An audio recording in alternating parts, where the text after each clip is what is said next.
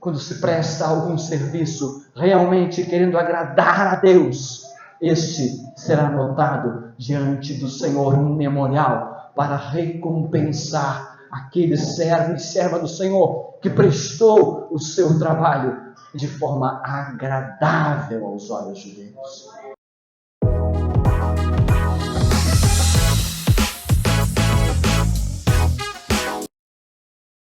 Porque não nos pregamos a nós mesmos, mas a Cristo Jesus, o Senhor. Por que será que o apóstolo Paulo faz esse destaque? Será que haveria alguém que estaria pregando a si mesmo? Será que existe alguém capaz de ousar assumir uma tribuna como essa diante de uma igreja santa e comprada pelo sangue de Jesus para fazer propaganda de si mesmo? Pregar a si mesmo? Estaria alguém pregando a si mesmo? Para nós entendermos um pouco, é bom nós retornarmos à contextualização dessa epístola de Paulo aos Coríntios. Os irmãos sabem que o apóstolo escreveu a primeira epístola aos Coríntios, ainda quando estava na cidade de Éfeso, e ele escreveu aquela carta bastante enérgica à igreja em Corinto, tratando de diversos problemas que havia naquela cidade, divisões, problemas de tolerância ao pecado, de dificuldades e questões quanto ao casamento, comida sacrificada a ídolos e tantas outras coisas. Ao tratar sobre tantos temas de uma forma bastante enérgica, a carta foi recebida na cidade, houve uma sensibilidade por parte da igreja, muitos se arrependeram, houve um mover do Espírito Santo através do trabalho que o apóstolo Paulo executou com aquela carta. De tal forma que Tito, um dos companheiros de Paulo, visitou Corinto logo em seguida e trouxe até o apóstolo um bom relatório dos efeitos daquela carta. Na sequência, o apóstolo visitou a cidade de Corinto. Ele relata nessa segunda epístola os resultados dessa visita. E ele disse que essa visita dele, esse retorno a Corinto, foi uma visita em tristeza. Foi uma visita espinhosa. Ele ainda pegou o rescaldo da advertência que ele tinha passado aos irmãos em Corinto. Tanto que ele fala nessa segunda carta que não queria mais visitá-los em tristeza. Só que uma vez que ele teve essa visita em tristeza, ele não pôde lhes ministrar ali alguma graça do Senhor de uma forma maravilhosa. E ele então se retira da cidade e falsos apóstolos se intrometem na igreja e começam a amotinar a igreja. Eles começam a contestar a autoridade apostólica de Paulo. Eles começam a querer atrair a igreja após si. Eles começam a dizer que a presença dele era fraca. Ele era muito bom em cartas, era muito forte nas cartas, mas que a presença dele era desprezível. Por causa disso, o apóstolo escreve a segunda epístola aos Coríntios. Ele escreve para combater este problema, essa ação desses falsos pastores, falsos mestres, falsos apóstolos, que estavam amotinando a igreja. Se você está me entendendo, diga amém. Então, o propósito dessa segunda epístola, ele é duplo. Primeiro, o apóstolo visa defender a sua autoridade apostólica. Em segundo lugar, ele precisa mostrar aos coríntios o que é o verdadeiro evangelho. Este é o propósito dessa carta. E para que fique bem claro, este era um tema bastante recorrente nas mensagens do apóstolo Paulo. Lá em Atos capítulo 20, versículo 30, por exemplo, ele diz: e que de entre vós mesmos se levantarão homens que falarão coisas perversas para atraírem os discípulos após si. Se você for olhar a sua Bíblia um pouco mais para frente, 2 Coríntios capítulo 10, versículo 12, você vai ver que ele vai relatar porque não ousamos classificar-nos ou comparar-nos com alguns que se louvam a si mesmos. Mas estes que se medem a si mesmos e se comparam consigo mesmos estão sem entendimento. Então, de fato, sim, havia lá alguns pseudos mestres que estavam fazendo propaganda de si mesmo. Estavam comparando-se a si mesmo, medindo-se entre si, arrebanhando seguidores após si. E Paulo precisa voltar a ensinar o que é básico, o que é base e o que é óbvio. No capítulo 10, versículo 18, ele vai dizer: porque não é aprovado a quem a si mesmo se louva, mas sim aquele a quem o Senhor louva. Aleluia! Precisamos, amados, estar vacinados contra essa tentação de querer chamar a atenção para si mesmo. Aqui só há um rei, só há um Senhor, só há um Salvador, só há um que merece a honra e o louvor, hoje e para todo sempre. A obra é dele, a igreja é dele, e toda a honra e glória tem que ser para ele. Aleluia! Precisamos estar vacinados contra isso. Por isso, nessa epístola, o apóstolo vai escrever, então, para nós, no versículo que lemos, há uma síntese disso, o caráter do verdadeiro ministério. Ele vai falar sobre o objetivo ou alvo do verdadeiro ministério. Ele vai falar também sobre a essência deste ministério, o método real, verdadeiro e legítimo de fazer a obra e a vontade do Senhor. Perceba que ele começa dizendo: porque não nos pregamos a nós mesmos, mas a Cristo Jesus, o Senhor. O apóstolo Paulo tinha um alvo, e o alvo dele era extremamente claro. O alvo dele era Cristo. Aleluia. O foco dele era toda a honra, toda a glória, todo o louvor a Jesus Cristo. Aleluia. 1 Coríntios 2:2, ele diz: porque nada me propus saber entre vós, senão a Jesus Cristo e este crucificado. O propósito do verdadeiro evangelho não é nesta terra, mas sim no porvir. É fazer e cumprir, e fazer cumprir a vontade de Jesus Cristo. Aos Filipenses 3,14 ele diz: prossigo para o alvo. Quem é o alvo? Qual é o alvo? Pelo prêmio da soberana vocação de Deus em Cristo Jesus. Este era o alvo do apóstolo. Portanto, o verdadeiro evangelho é aquele que foca em Jesus. Aleluia. Em nossos dias nós vemos um evangelho humanista. Um evangelho em que o homem é o centro. Um evangelho antropocêntrico, o homem no centro. Quantos louvores que nós louvamos, que nós ouvimos no nosso dia a dia, são louvores em que o homem está no centro, pastor Elias. Não é Jesus que está no centro, é o homem que está no centro. Quantas vezes nós ouvimos mensagens, ouvimos palavras, ouvimos louvores em que todo o foco está no ser humano. Quantas pessoas que adentram a casa do Pai e são evangelizadas por um evangelho humanista. Um evangelho cujo foco está nessa terra. Um evangelho que promete recompensas aqui. Quantos que foram evangelizados com a promessa ou com a proposta? Venha para Jesus e este problema que você tem vai ser resolvido.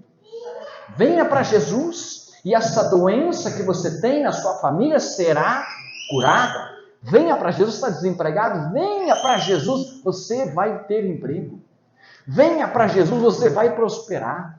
E aí vem para Jesus e vem pelo que pode receber de Jesus. E vem para a igreja para cultuar pela experiência. Eu vou lá porque lá eu me sinto bem. Eu vou para me sentir bem. Eu vou cultuar a Deus pela experiência. Eu vou servir para receber algo em troca? Eu vou servir a Deus pela gratidão pelo que Ele me deu?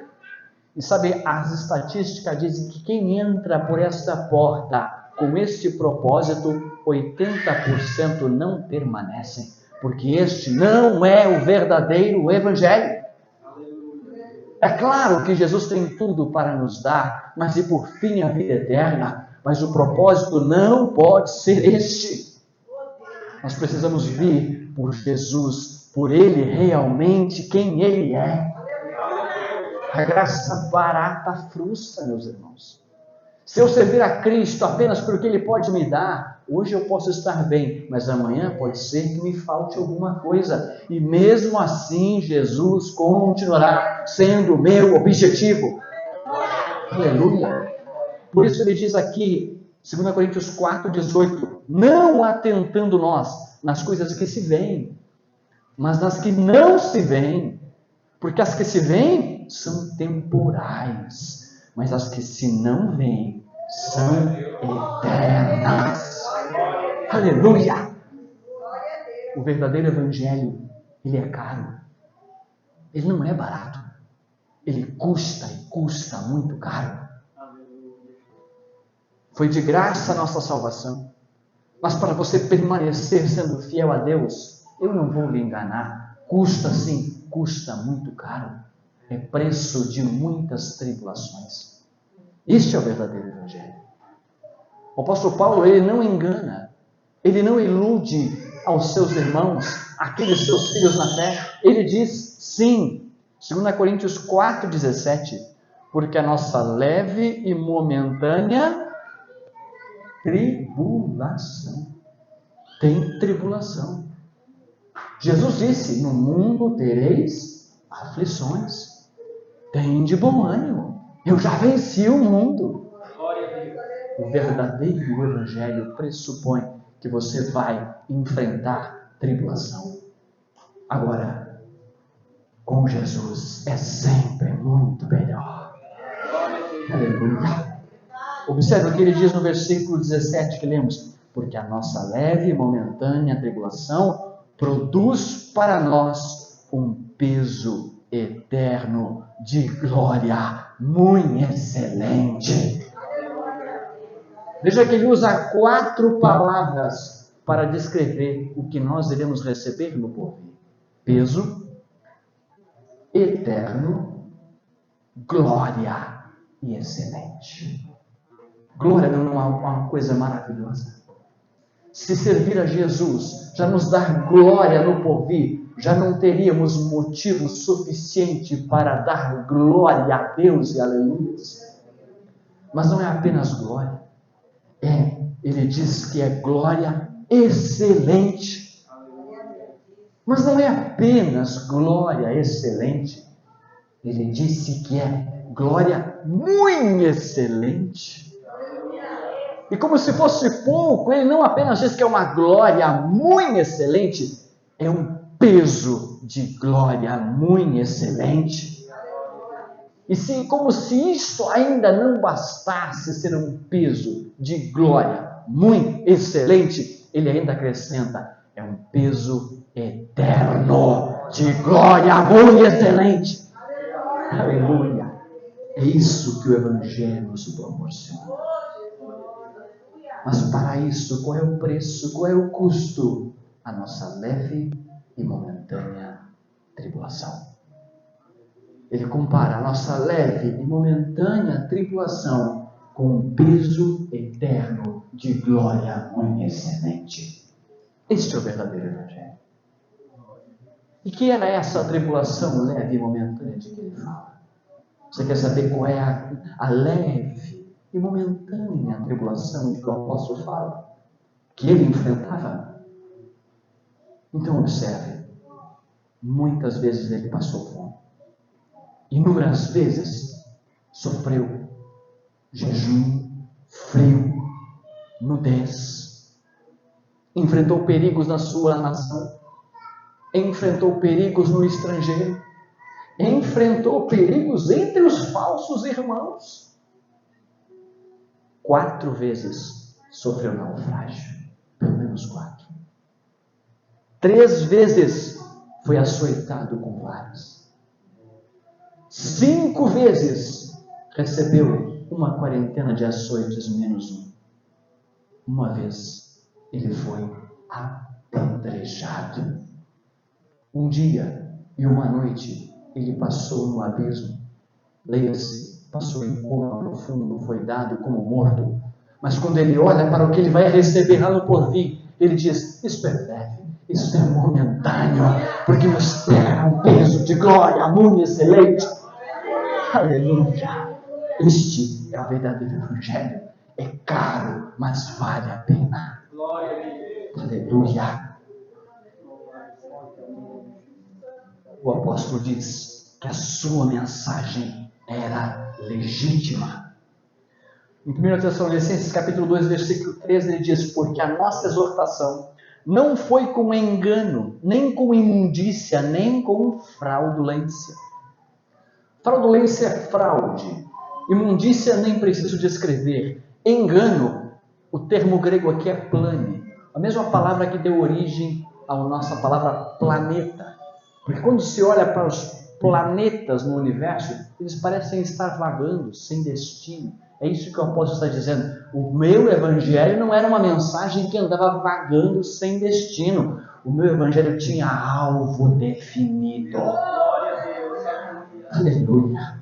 A minha mensagem era verdadeira, era legítima. Eu sei o que eu ensinei vocês. O Senhor Jesus Cristo, em Lucas 18, 8, nos deixa uma pergunta muito séria. É uma dúvida. Jesus levanta uma dúvida, uma pergunta que ele não responde. Ele deixa para nós refletir. Ele diz: quando, pois, vier o Filho do Homem, porventura achará fé na terra? Ele não responde. Por que ele faz essa pergunta? Porque ele deixa esta dúvida? Porque Jesus sabia que muitos se intrometeriam entre nós. Muitos falsos mestres e falsos líderes e falsos pastores entrariam no meio da igreja. Haveria corrupção de propósito. Haveria desvirtuação da mensagem do Evangelho. Haveria confusão quanto à verdadeira fé. Haveria este evangelho humanista que promete recompensas momentâneas. E ele deixa-nos com a dúvida: quando, pois, vier o Filho do Homem, será que ele vai achar fé na terra? Depende de mim, depende de você.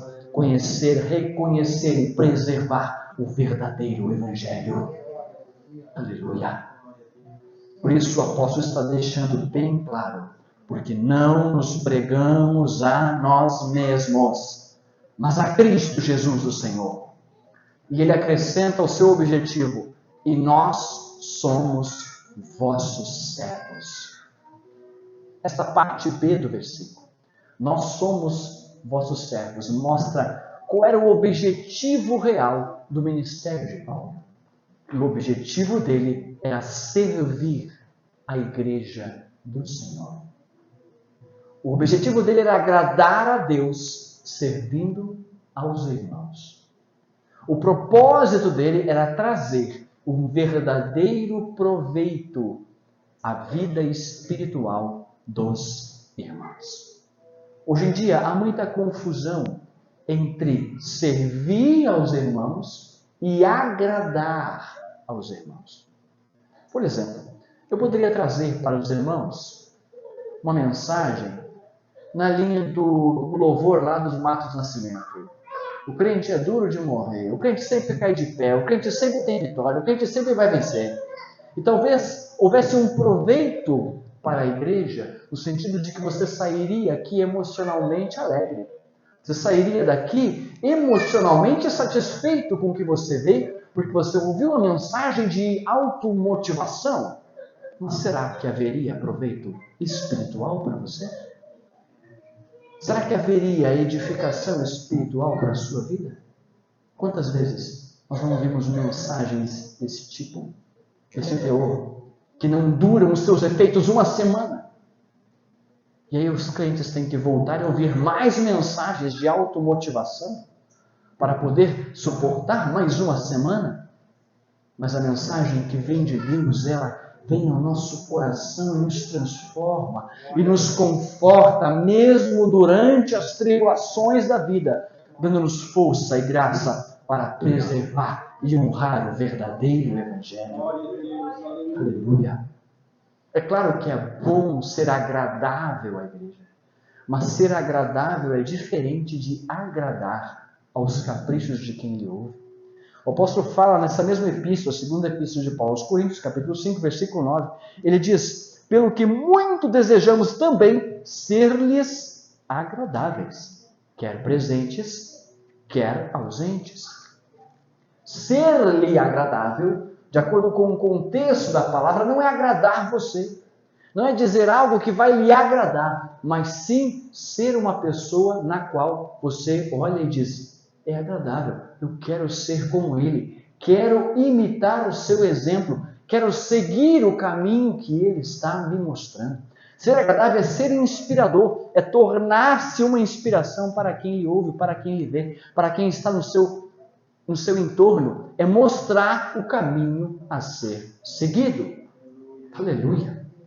1 Coríntios capítulo 11, versículo 1, ele diz: sede meus imitadores, como também eu de Cristo. O desejo do apóstolo é que ele fosse agradável aos olhos dos irmãos, não com o objetivo de angariar seguidores após si, mas para mostrar-lhes qual era o caminho para seguir o exemplo de Jesus Cristo. Aleluia! Você quer ver um exemplo prático que vocês conhecem melhor do que eu? Vocês com certeza lembram da nossa irmã Eliane, do nosso querido e agora já falecido irmão Daniel, que está com o Senhor. A irmã Elisete nunca me falou nada sobre isso. O pastor Elias nunca me falou nada sobre isso. Mas chegou aos meus ouvidos por lábios piedosos todo o trabalho, toda a dedicação, todo o esforço, todo o apoio que este casal deu àquela família. Aqueles que me vieram participaram esta mensagem como uma inspiração. O exemplo deste casal de pastores foi um exemplo inspirador do serviço prestado àquela família. Isso mostra o que é o exemplo de Cristo. Isto é ser agradável. Isto é mostrar o caminho a ser seguido, com ações práticas, com demonstrações de alguém que realmente entendeu qual é o propósito do Evangelho. O que a nossa irmã Eliane pode fazer para recompensar? Nada. Mas para vocês há um depósito na eternidade pelo serviço prestado aos olhos do Senhor.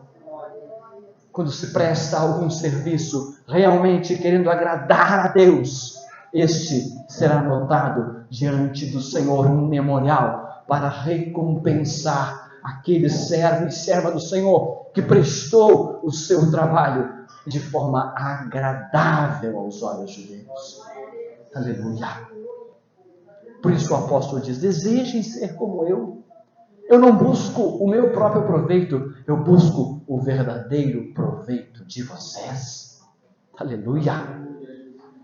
No capítulo 7, versículo 2, ele vai dizer o seguinte: recebei-nos em vossos corações, a ninguém agravamos, a ninguém corrompemos, de ninguém buscamos o nosso proveito. Podem confiar e descansar. A mensagem que lhes preguei é pura. A minha motivação é pura. O meu desejo é o proveito de vocês. É isso que ele nos ensina.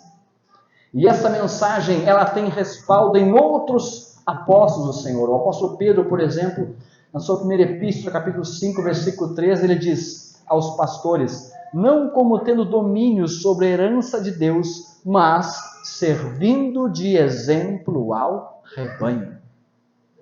Então, a verdadeira forma de liderar é não se julgar dominador, mas servir ao próximo com o interesse de agradar a Deus e não agradar necessariamente ao próximo. Em terceiro lugar, o apóstolo vai nos mostrar qual era o método do seu ministério legítimo. Ele vai dizer, porque não nos pregamos a nós mesmos, mas a Cristo Jesus o Senhor, e nós mesmos somos vossos servos por amor de Jesus. O amor é a verdadeira mola propulsora que impulsiona o verdadeiro e legítimo ministério. O amor a Cristo é a única motivação legítima que pode nos levar a prestar um serviço diante de Deus que valha a pena. O amor a Cristo é a única motivação legítima. O apóstolo vai nos dizer em 2 Timóteo capítulo 4, versículo 8: desde agora a coroa da justiça me está guardada, a qual o Senhor, justo juiz, me dará naquele dia, mas não somente a mim, mas também a todos quantos os que amam a sua vinda. Aleluia! Que motivação, que amor, que abnegação, que profundidade, que pureza, que clareza deste amor do apóstolo. O seu propósito era amar a vinda do Senhor. A sua recompensa era no porvir. Este serviço motivado pelo amor, prestado a Cristo, prestado à igreja em benefício de proveito do próximo, mas pelo amor ao Senhor Jesus, é o único serviço que vale a pena. Porque este tem garantia de resultados duradouros. Este tem promessa de recompensas eternas. Embora muitas vezes ele exija que nós andemos por fé. E andar por fé, meus irmãos, é andar não dependendo da visão física. É andar sem o auxílio da visão comum, natural, corriqueira. Em Romanos 8, 24, o apóstolo diz o seguinte: porque em esperança fomos salvos. Ora, a esperança que se vê não é esperança, porque o que alguém vê, como esperará? Andar por ver é você se mover, é você dar passos, é você seguir quando as circunstâncias ao seu redor não sinalizam que aquele caminho é o caminho mais recomendado, mas a convicção de fé que motiva o seu coração faz com que você ande de fé em fé, de vitória em vitória, de glória em glória. Aleluia! Eclesiastes 11:4 diz: se quem observa o vento nunca semeará, e o que olha para as nuvens nunca cegará. Aquele que busca sempre as circunstâncias favoráveis para fazer algo ao Senhor, para servir ao Senhor, para agradar ao Senhor, para se envolver na causa do Mestre, nem sempre vai servir ao Senhor. Mas quem tiver convicção de fé legítima e verdadeira, e realmente for impulsionado pelo amor a Cristo, andará de fé em fé. Aleluia! Este era o alvo do apóstolo. O seu alvo era Cristo. Meus irmãos, há uma grande diferença em você andar tendo um alvo definido e você andar sem ter o alvo claro. Aquele que anda seguindo uma direção, mas não tem um alvo certo diante dos seus olhos, ele se perde com distrações desta vida. As pequenas frustrações e pequenas dores são supervalorizadas, e uma pequena pedra no seu sapato pode lhe impedir o caminho, porque você perdeu qual é o alvo de vista. Quem perdeu o seu alvo de vista é muito mais facilmente dominado pelo sentimento do desânimo. E quantos cristãos andam desanimados, parados, à beira da estrada, porque perderam o seu alvo de vista, porque perderam o seu foco, porque focaram em coisas daqui, Quantos que estão em uma inércia espiritual e ministerial? Já não se envolvem mais, já não trabalham mais, já não tomam atitudes para servir a causa de Cristo, a igreja do Senhor, aos irmãos. Por quê? Porque esperavam reconhecimento aqui. Porque esperavam uma resposta que não veio. E a frustração turvou a sua visão e impediu de seguir em frente. Porque perderam de vista o verdadeiro alvo, que é fazer a vontade de Deus. Aleluia. Mas quem tem claro o seu alvo diante dos olhos, e tem como alvo agradar a Jesus Cristo, este tem o benefício de prestar um serviço legítimo à causa do Mestre. De ter a motivação real, verdadeira, correta, legítima. É fácil louvar a Deus, tocar o seu instrumento, quando a igreja ouve e aplaude. Mas também é bom quando a gente vê alguém tocando o seu violão e eu não consigo, que estou perto, ouvir os acordes, mas tenha certeza que Jesus ouve cada um desses acordes quando é prestado para Ele de coração. É fácil prestar ao Senhor um serviço quando há elogios, quando há reconhecimento, mas tenha certeza que quando você fecha a porta do seu quarto e intercede em oração pela causa do Mestre, o teu Deus que te vê em secreto, Ele te recompensará. Aleluia. Quem não perde o alvo de vista é impulsionado pela motivação correta. É levado a perseguir o objetivo correto. Realmente terá garantias de recompensas eternas. Precisamos estar vacinados, amados, contra essas tentações de desvirtuar o propósito. A advertência do Mestre ainda é real para os dias de hoje. Quando, pois, vier o Filho do Homem, porventura ele achará fé na terra? Muitos têm entrado em nosso meio. Em muitos lugares já não se prega a verdadeira palavra. Em muitos cultos o homem está entrando e ficando no centro. Mas eu creio que aqui ainda há uma igreja que ama Cristo e quer honrar a Jesus, servindo a Ele com um serviço legítimo e motivação correta.